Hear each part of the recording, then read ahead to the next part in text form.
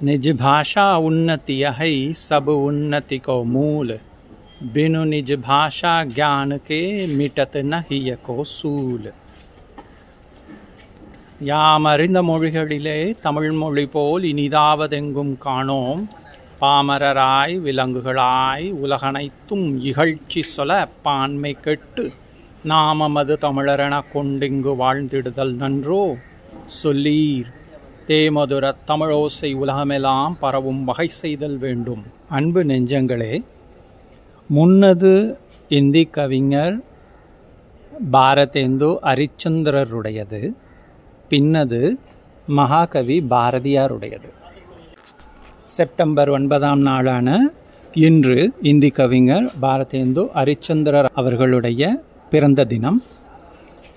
அவருடைய பிறந்த நாளான இன்று நாம் அவரை பற்றி சிறிது சிந்திப்போம். இந்தி கவிதையில் கூறப்பட்டுள்ளவாறு, சிறந்த முன்னேற்றம் வேண்டும் என நாம் நினைத்தோமானால் நமது மொழியை நாம் முன்னேற்ற வேண்டும். நமது மொழி, நமது பண்பாடு, நமது சமூகம், அதனுடைய முன்னேற்றத்தில் தான் நமது முன்னேற்றமும் இருக்கிறது என்பதை உறுதியாக கூறியவர் இந்தி மொழி கவிஞர் பாரதேந்து அரிச்சந்திரர். சரி, இந்த இனிய நாளில் மகாகவி பாரதியாரையும் நாம் நினைவு கூறுவது எதனால்? காரணம் இருக்கிறது.